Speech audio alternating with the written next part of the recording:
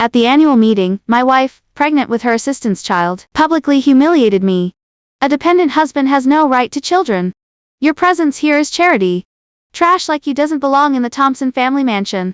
Then she turned around and registered her marriage with the assistant, even flaunting the marriage certificate in my face. James and Eleanor Thompson sat there, watching with amusement. Dependent husbands are just backups. They forced me to leave with nothing. After the divorce, I returned to my family and took power. Using a trap contract, my ex-wife ultimately died in prison from a miscarriage, her assistant went mad, and her parents committed suicide. David Lee, don't make me laugh. Everything you have was given to you by the Thompson family? You actually think you can bankrupt the Thompson family? At that moment, Catherine Thompson looked at me, laughing hysterically. Honestly, I wanted to save you some face. After all, my parents said you had some capability, good enough to manage the Thompson family, to be our servant. But, I think David will definitely do better than you. So, today, Robert Miller, I'm divorcing you. Get out of the company. Catherine Thompson looked at me, sneering. Robert Miller, when you married into our family, you signed an agreement with the Miller family, didn't you? If I want a divorce, you have to accept it unconditionally, and leave with nothing. I looked at Catherine Thompson in front of me, then turned to look at James and Eleanor Thompson behind her. They kept their heads down, not speaking, but the expressions on their faces were clearly in agreement. The colleagues around me were whispering, but not a single person stepped forward to speak up. They were all just watching the spectacle unfold. I knew they looked down on me, this dependent husband. It was only because my capabilities had earned them a lot of money that they'd let me become the company's CEO. In the years since I married into the Thompson family, I had dedicated myself completely to the Thompson family, developing the Thompson family from a small business into a company listed on the stock exchange today. As the company's business expanded, Catherine Thompson volunteered to go overseas. Now, she was back, and this is what she had become. Looking at Catherine Thompson in front of me, and David Lee behind her, I smiled faintly. Fine, if you want a divorce, let's get one. The moment I finished speaking, David Lee behind Catherine Thompson immediately broke into a smile. He even pulled Catherine Thompson closer. Catherine, I'll definitely help you manage the company well from now on. Hearing this, Catherine Thompson gave David Lee a sweet smile. Seeing Catherine Thompson smile, my eyes filled with bitterness. She had never smiled at me like that. Even though I had given up everything for her, even marrying into the Thompson family, I still hadn't won Catherine Thompson's genuine affection. Robert Miller, I've prepared the divorce agreement. Just sign it, and we'll go register a marriage tomorrow. She handed me the agreement, her eyes cold. I glanced at the divorce agreement and smiled faintly. The terms were simple. I was to leave with nothing, unable to take even a single item.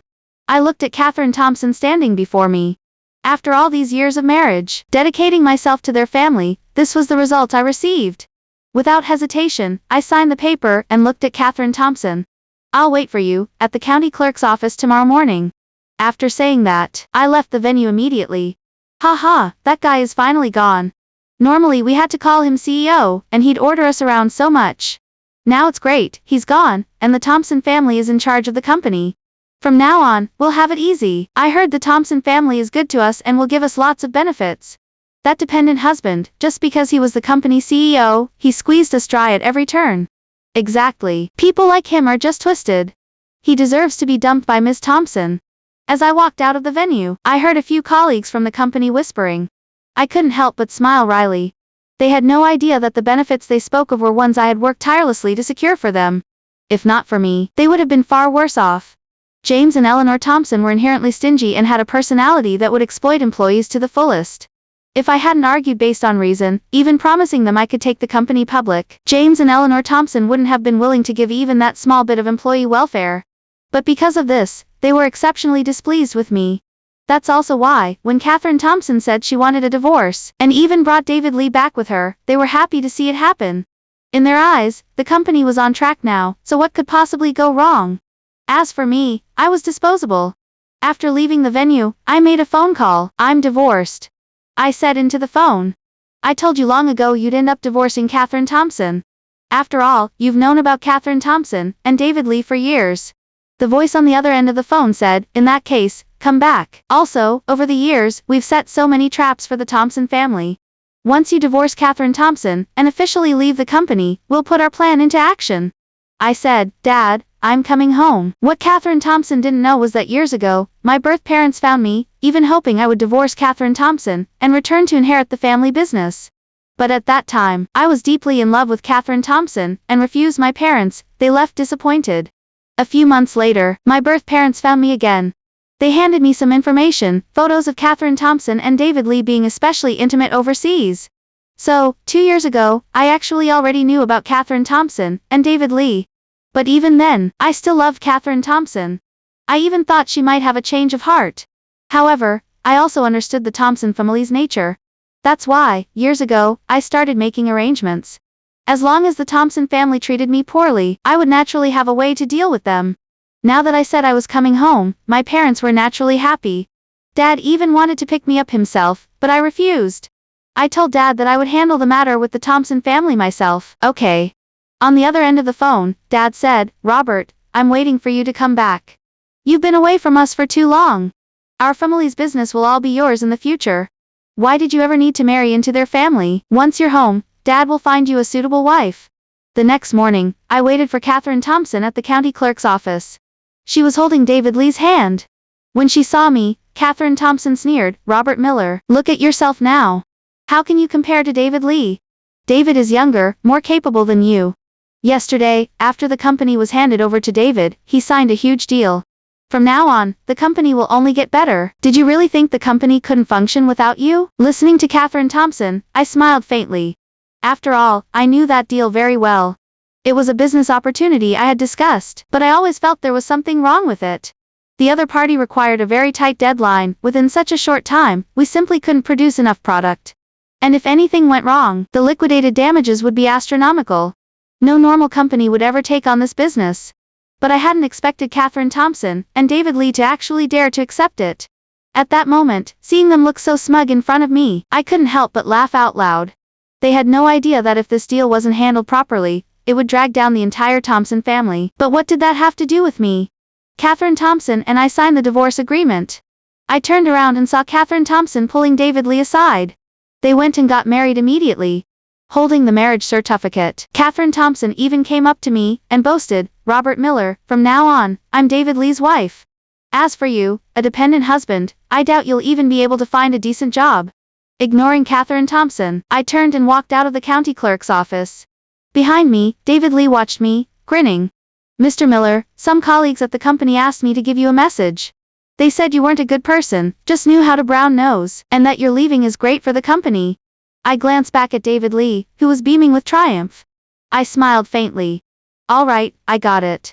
There was no need for me to get angry with someone like that.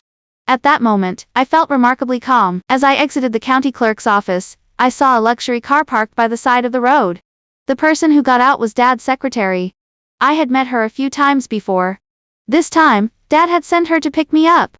When she saw me, she opened the car door for me.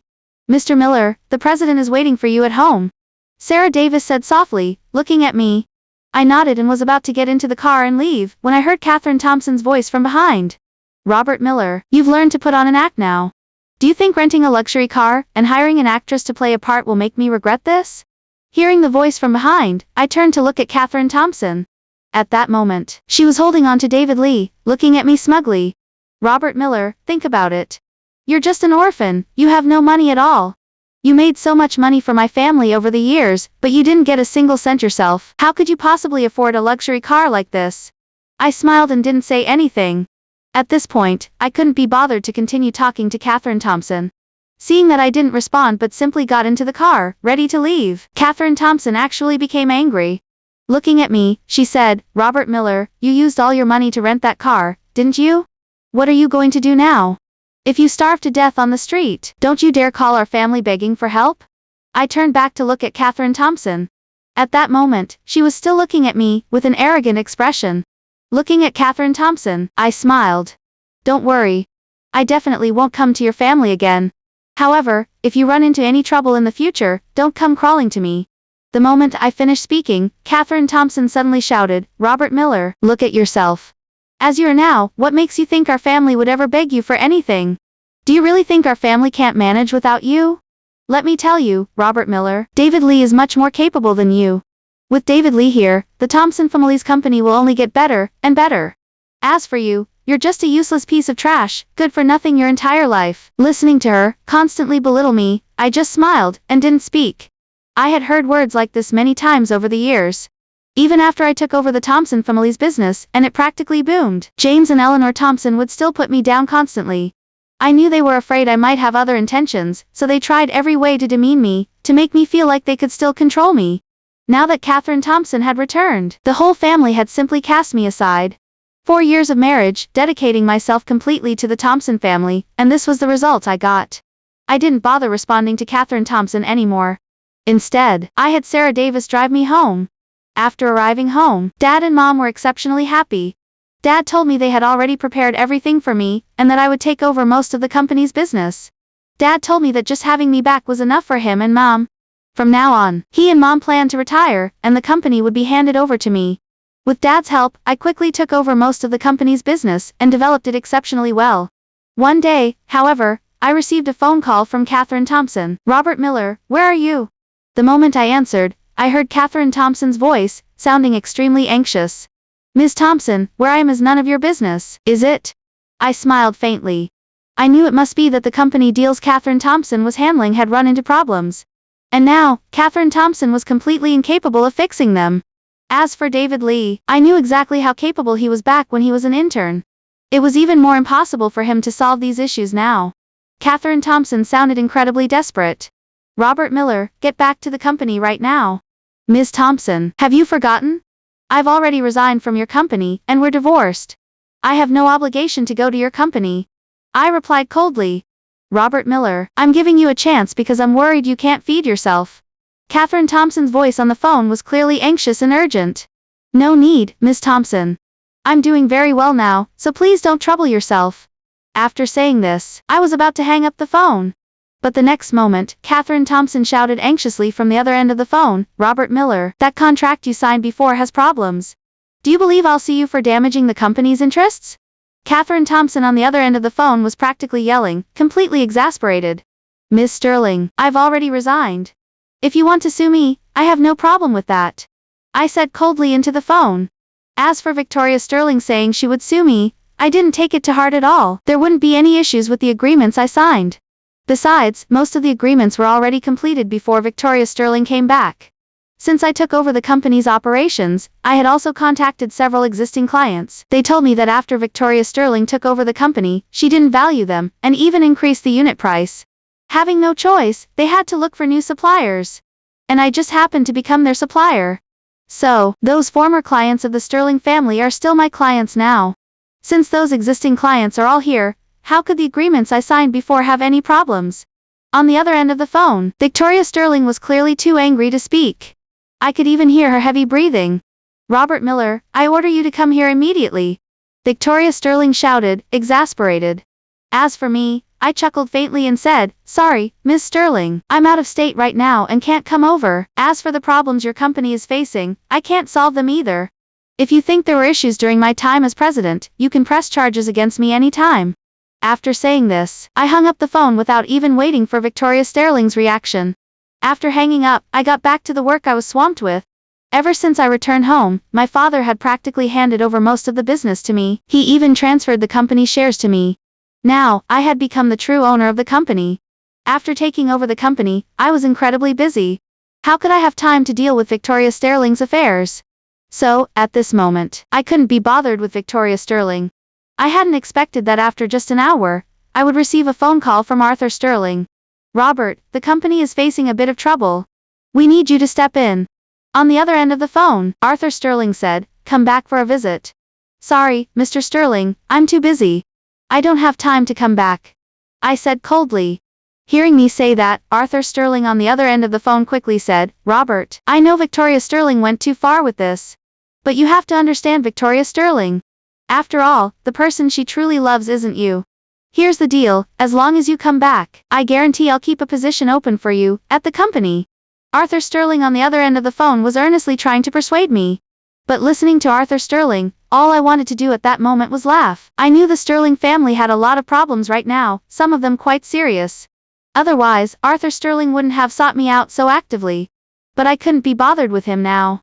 "Mr. Sterling, I'm sorry, but I'm really swamped right now, and don't have time to work for the Sterling family," I said coldly into the phone. Since they had already let me go, why would they want me back? Robert, how much can you possibly earn working outside? You know your education level. Without connections, without qualifications, you can only do small jobs out there. Now, our Sterling family is willing to give you a chance. You should cherish it. Arthur Sterling kept trying to persuade me. Listening to Arthur Sterling, I chuckled coldly. He had no idea how much the company I now controlled was worth. Compared to the Sterling family, the wealth I held now was significantly greater. Seeing that I was unmoved, Arthur Sterling became even more anxious. At that moment, he even said directly to me, Robert, the truth is, Victoria Sterling still likes you. As long as you come back, I promise Victoria Sterling will divorce Steve Adams and marry you again. I listened to Arthur Sterling and laughed. Their family was always so self-important, always thinking that as long as they agreed to something, I would agree too. But now, I had absolutely no interest in Victoria Sterling anymore. In fact, there was only deep loathing. Seeing that I didn't speak, Arthur Sterling on the other end became even more anxious and started urging me repeatedly. Mr. Sterling, I'm really swamped, and besides, I don't have time to work at your company. The situation with your company now has nothing to do with me. After I finished saying this, I hung up the phone directly. As for the Sterling family, I had no interest in talking to them any further. I thought that since I had refused so emphatically, the Sterling family wouldn't bother me again. But I hadn't expected that after just 3 days, Victoria Sterling's phone call came through again. Robert Miller, you need to come back immediately. It's because of you that the company is in such a mess. If you don't come back, I'll sue you, saying you deliberately caused our company to lose money. Listening to her words, I couldn't help but burst out laughing. Miss Sterling, my conscience is clear about everything I did during my years at the company. If you want to sue me, I'll be waiting for the court summons. After I finished saying this, I hung up the phone directly. By now, I couldn't be bothered to talk to Victoria Sterling any further. Immediately after, I went ahead and blocked the phone numbers of Victoria Sterling and her entire family, because I knew their family would definitely keep bothering me. I asked David Kim to look into what exactly was going on with the Sterling family, why they were so desperate now. David Kim hurried off. Just half an hour later, David Kim came back to tell me the situation. Mr. Miller, the Sterling family previously signed an agreement. That agreement explicitly stated that if they couldn't fulfill the contract, they would compensate 3 times the original value of the contract. Ever since you left the Sterling family, Steve Adams signed that agreement. The other party saw that Steve Adams didn't understand anything, and even included many hidden clauses in the contract. Steve Adams had no idea the delivery deadline was so tight and just signed it directly. By the time they realized it, they had no way to deliver the goods. Listening to David Kim's words, I understood. It was obvious that Steve Adams had caused a huge problem, and the Sterling family had no way out. Now they could only think of me. In the eyes of the Sterling family, I definitely had a solution. If not, then I would be a perfect scapegoat. They might even want me to go to prison for Steve Adams and Victoria Sterling, even though I had known for a long time that this was how the Sterling family treated me. Hearing these things now still made me feel a sense of helplessness. Keep a close eye on the Sterling family's movements. I thought for a moment and instructed David Kim. Mr. Miller, you're not still thinking of helping the Sterling family, are you? Hearing that, David Kim looked at me with some surprise. No, the Sterling family's company was built by my own hands. I know there are quite a few good assets within it. Later, if the Sterling family goes bankrupt, we can acquire those valuable assets. Hearing that, I replied. After all, it was a company I had painstakingly built. How could I just abandon it? Seeing that I had no intention of helping Victoria Sterling, David Kim breathed a sigh of relief and immediately hurried off to handle it. As for me, I continued with my work. One day, I was working when I received a phone call from the court. They told me that Victoria Sterling had actually sued me. She was suing me for business fraud, claiming I impersonated Steve Adams and signed an impossible contract. When I heard that, I was even a little surprised. Steve Adams signed that contract. What does it have to do with me? Their whole family had even prepared to dump the blame on me. At that moment, I couldn't help but laugh out of anger. I told the court staff that I had never signed that contract, and furthermore, I had already resigned at that time. They asked me to come to court to discuss. I could only agree. I knew they were forcing me to go back. After all, if I received a court summons and didn't show up, it would be taken as an admission. Reluctantly, I had to go back. David Kim learned about the situation and said he would go back with me, and he also hired quite a few security guards. Mr. Miller, you are very important to the company now. We must ensure your safety. Listening to David Kim, I reluctantly accepted. After that, David Kim and I returned to the city where we used to work. When I arrived at the courthouse, a group of people from the Sterling family were already waiting. The moment she saw me, Victoria Sterling immediately rushed up to me and shouted furiously, "Robert Miller, I told you to come back. Why didn't you?" I looked coldly at Victoria Sterling. At that moment, she appeared somewhat haggard, clearly driven to desperation in recent days. "Robert Miller, I'm giving you a chance now. As long as you come back to the company and fix the mess you created, I'll let you off. Otherwise, I will definitely press charges against you. When that happens, you'll definitely go to prison." She looked at me and said angrily, "Ms. Sterling, have you forgotten? I didn't sign that contract." I looked coldly at Victoria Sterling and said. Hearing that, a hint of guilt flashed across Victoria Sterling's face, but she quickly composed herself and said, "You clearly signed it. Plenty of people at the company can testify." Victoria Sterling said angrily. Hearing that, I chuckled and said, "In that case, please bring in all the people who can testify." Looking at the judge, I said, "Judge, you asked me to come here for mediation, but now I'm also being slandered. This matter is too damaging to me. False accusation, coupled with deliberately framing me, I hope to report it to the police." The judge naturally agreed. Hearing how serious I was, Victoria Sterling clearly panicked a little. However, she also knew she definitely had no way out now, so she could only grit her teeth and call the people over. As soon as those people arrived, they all started accusing me. I looked at the people in front of me and smiled. These people were all former colleagues from the company, the same ones who had kept badmouthing me when I left. They kept accusing me of embezzling company funds, and even taking kickbacks from clients. They claimed this contract was also signed by me. After waiting for them to finish, I glanced over at the bailiffs. They accurately recorded the statements and even had the other parties sign them. "Robert Miller, what do you have to say for yourself now?" Victoria Sterling slammed her hand on the table, looked at me, and said angrily. Slowly, I took out my cell phone, and then opened the footage on the screen. What Victoria Sterling didn't know was that my office had surveillance cameras. The reason I installed the surveillance was because some clients, when they came to negotiate with me, would always propose various unreasonable conditions. Originally, it was to guard against them. On the very day I was fired, my office became Steve Adams. In the footage, the content of Steve Adams' conversation with the other party was clearly visible. I could even hear how much of a kickback Steve Adams demanded.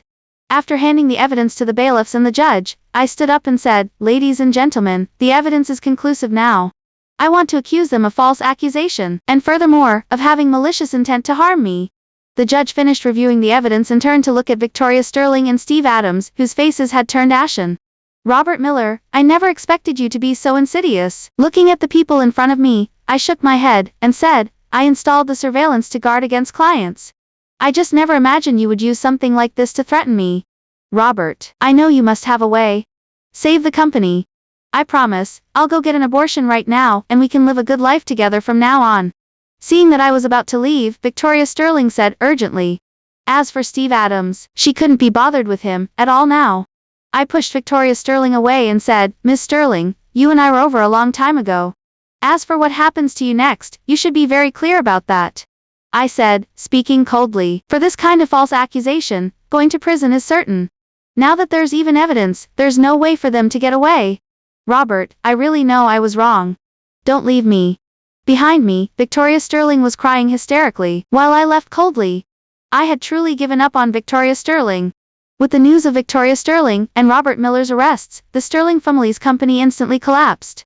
The creditors showed up directly, and even Arthur and Eleanor Sterling's residence was seized. The elderly couple were driven out of their home, ending up on the street. David Kim told me that they had reached an agreement with the other party. What they wanted was money, so the Sterling family's company was naturally handed over to me. On the very day I bought the Sterling family's company, I had David Kim fire half of the company's staff. These people had usually followed Steve Adams and Victoria Sterling. I didn't want them to stay. David Kim went to handle it quickly. Upon learning that I was the one taking over the company, these people immediately came begging me, hoping I would give them a break and not fire them. However, I couldn't be bothered with these people. I just told them that according to the agreement, I had already deposited their severance pay into their accounts. Then I asked security to have them leave.